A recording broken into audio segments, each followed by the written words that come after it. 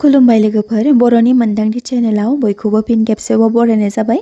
दिनै 8 नभेम्बर 2025 सानसेनि फानजामुथिजों लोगोसे नोंथांमोननि सेराव गोदान मोनसे भिडिअखौ लानानै फैबावबाय।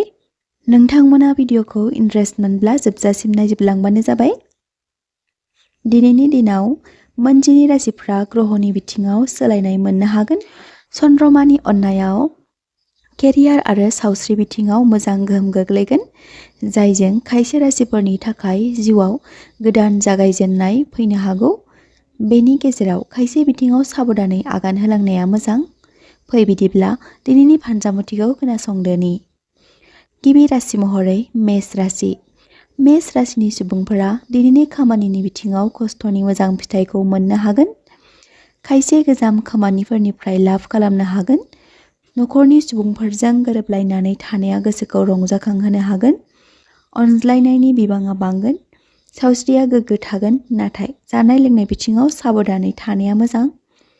मीन राशिनि फरायसाफोरा लिरनाय फरायनायाव सिगांनि बायदिनो थागोन, नाथाय खायसे बिथिङाव गोसोआव सान्थि मोननो हागौ।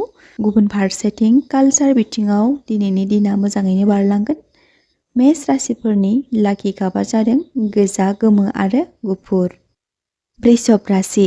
वृषभ राशिफोरनि थाखाय दिनैनि दिना मोजाङै बारलांगोन। खायसे गोजाम खामानिफोराव लाभ खालामनो हागोन। जबनि बिथिङाव प्रम'सन मोननोबो हागौ। नखर संसार गोजोन बारलांगोन। सावस्रि बिथिङाव गावखौ रैखाथि लाखि। खायसेफोरा गोजान लामा दावबायनो हागौ।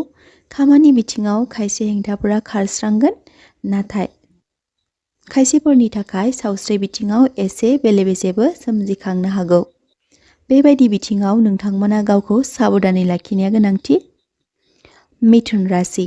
मिथुन राशिफोरनि थाखाय दिनैनि दिना अनज्लायनायजों बारलांगोन। खामानिनि बिथिङाव हेंथा सोमजिनो हागौ। बेबायदि बिथिङाव धैर्य हमना खामानि मावलांनाया मोजां। खायसे थासारियाव सानै हयै थिरांथा लानाया गाहाम। मोजां मोनलायनाय बिथिङाव मोजां गाज्रि मोन्नैबो समान बिबाङै बारलांगोन। नखरनि सोरबा रिलेटिभजों दान्थे-बिदान्थे जालायनो हागौ, अब्लाबो बेलासिनि समहालागै मोजाङै जाफिनगोन। गोसोआव बेले-बेजे साननायफ्रा फैनो हागौ। थिरांथा लानायाव गोब्राबथि फैगोन। बे सानाव नोंथांमोना इसोरखौ फोथायनाया गोनांथि। कर्क राशि। कर्क राशिफोरनि थाखाय गोसोआव साहस सोमजिगोन।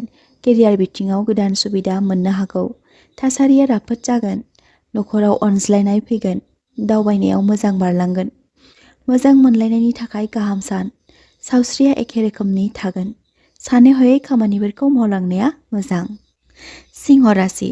सिंह राशिफोरनि थाखाय दिनैनि दिना जौगासारनायखौ मोनफुंनो हागौ। फालांगियारि बिथिङाव मोजाङै बारलांगोन। खायसे सुबुंनिफ्राय हेफाजाब मोननो हागोन। नखराव मोजां खामानिफोरा मावफुंजानो हागौ। मोजां मोनलायनायफोरनि थाखाय मोजां।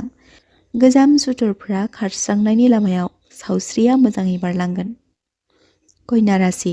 कन्या राशिफोरनि थाखाय दिनैनि दिना मोजां बारलांगोन। खामानि बिथिङाव मोजां फिथाइ मोननो हागोन। कन्या राशि। कन्या राशिफोरनि थाखाय दिनैनि दिना मोजां बारलांगोन। खामानिनि बिथिङाव मोजां फिथाइ थायगोन। थासारियाव सोलायनाय फैस्रांगोन। सोमोन्दोआरि बिथिङाव बुजिलायनाय आरो अनज्लायनाय फैगोन। मोजां खौरांखौ मोननो हागौ। सावस्रि बिथिङाव मोजां बारलांगोन, नाथाय खायसे लोगोनिफ्राय हेफाजाब मोननाया गोब्राब जानो हागौ। तुला राशि। तुला राशिफोरनि थाखाय थासारिया मोजां बारलांगोन। खरसाया बांनो हागौ, नाथाय फारसेथिं धोन मोननायनि लामायाबो गेवगोन। जिउनि लोगोनिफ्राय हेफाजाब मोनगोन। सावस्रि बिथिङाव रैखाथि लाखिनाया मोजां। खायसे गोजाम लोगोफोरजों लोगो मोनज्लायनो हागौ। वृश्चिक राशि। वृश्चिक राशिफोरनि थाखाय 7 नभेम्बर यानि दिनैनि दिना भाग्यशालि। धोन आरो सन्मान मोन्नैबो बिथिङाव बृद्धि बारायगोन। केरियार बिथिङाव लामा गेवगोन। मोजां मोनलायनायाव राफोद महर मोनगोन। नखराव गोजोन खुसिया फैगोन। गोदान खामानिनि थाखाय मोजां सम। सावस्रिया सिगांनिख्रुइ मोजांसिन जागोन। गोजोन सान्थिजों दिन बारलांगोन। धनु राशि। धनु राशिफोरा दिनै खायसे गिदिर बिबान मोननो गोनां जानो हागौ। खायसे खामानिफ्राव लिडारशिप बिबान मोननो हागोन।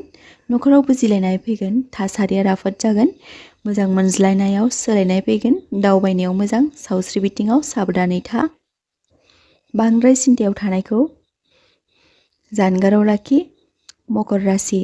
मकर राशिफोरनि थाखाय दिनैनि दिना मोजाङै बारलांगोन। बेफार फालांगियाव लाभ खालामनो हागोन। गोजाम थांखिफोरा मोगथां महराव जाफुंसारगोन। न'खराव मोजां सुबिदाजों बारलांनो हागोन। हरखाबै मोजां खौरां मोननो हागौ। मोजां मोनज्लायनायाव राफोद महर होनो हागोन। सावस्रिया गाहामै बारलांगोन। फोथायलायनाय आरो मानिलायनाया बांगोन। कुम्भ राशि। कुम्भ राशिफोरनि थाखाय दिनैनि दिना मोजां गाज्रि मोन्नैबो समान बिबांनि बारलांगोन।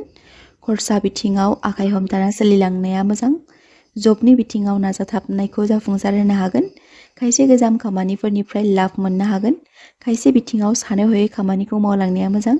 सावस्रि बिथिङाव साबधान थानाया मोजां। मीन राशि। मीन राशिफोरनि थाखाय दिनैनि दिना रमान्टिकै बारलांगोन। मोजां मोनलायनायखौ राफोद महर होनो हागोन। केरियार फारसे लामा गेवगोन। धोन बारायनो हागोन। न'खराव अनज्लायनाय फैगोन। खायसे समाजनि धार्मिक खान्थिफोराव बाहागो मोननो हागौ। सावस्रि बिथिङाव मोजाङै बारलांगोन।